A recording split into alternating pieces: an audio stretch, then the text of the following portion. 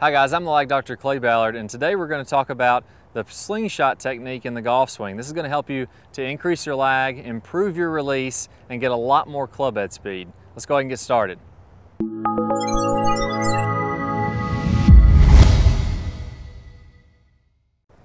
All right, so when we went over the Power U video, we talked about how the lower body works properly in the downswing, how we actually squat down a little bit, and then we're driving upward with the hips as we're releasing this club. And the same thing happens with the hands.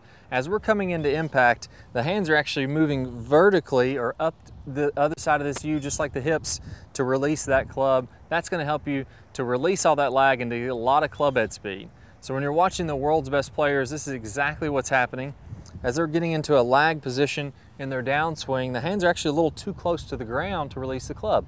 If they were to release the club from here, they would hit 10 or 12 inches behind the golf ball.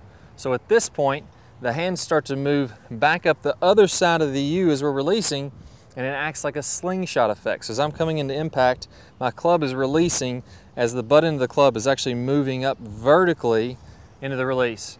So the way you're gonna do this is you're gonna practice using the lower body properly, using the hands as they're moving back up, and that's gonna have that slingshot feeling. If you're doing this properly, as you release the club, it's gonna have a lot of momentum pulling the club out away from your body, and you're gonna feel as though you're just ripping the grip right off the club. That's the feeling that you're gonna have, like you're coming back towards your body. That's gonna be centripetal force, or back towards your body, and then that's gonna result in centrifugal force, which moves the club away from your body. So imagine this in one other way here. If we had a speedboat, which would be my left hand, and it's towing a skier behind it, which would be the club head, would be the skier. As this speedboat comes down, both the skier and the boat are moving at 40 miles an hour, let's say. Well, as this boat changes directions, that's gonna slingshot the skier, and it can increase much more. It's exactly what happens when you're skiing and someone turns the boat. You're slingshot out, and you can actually improve your speed quite a bit without having to do anything with your body. So that's what we're trying to take advantage of here. So here's how I want you to work on this. Start out very, very slow. I want you to exaggerate this at first. Squatting down with the body, getting a lot of good lag, getting your hands a little too close to the ground here, and then you're gonna be driving upward with the hands and the hips and releasing this club. If you're doing this correctly, you should still be taking a little bit of making some contact with the ground, and then really feeling like those hands are being slung out in front of your body. So again, I'm gonna go really low, and I'm gonna drive up and release those hands. Once you've done this a few times, we're gonna tone it down a little bit, and you're gonna start to make more of a full one-stop motion with no pauses at all. So I'm gonna go ahead and try that again. There we go. Now I really feel like I'm releasing that club, and my hands are actually moving upward a little bit as that club is going. So try that out, gradually increase your speed, and then we're gonna go ahead and hit a shot as we're doing this. So improve your slingshot technique, you'll improve your distance and your compression.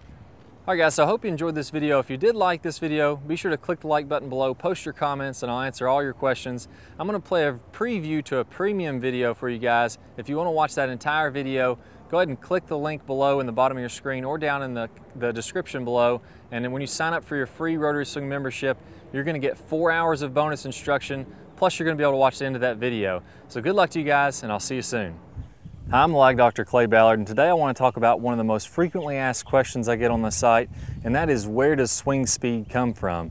And it's actually from a variety of different places. Different parts of the body help you to produce maximum club head speed, and I'm going to go over the top 4 club head speed producers in this video.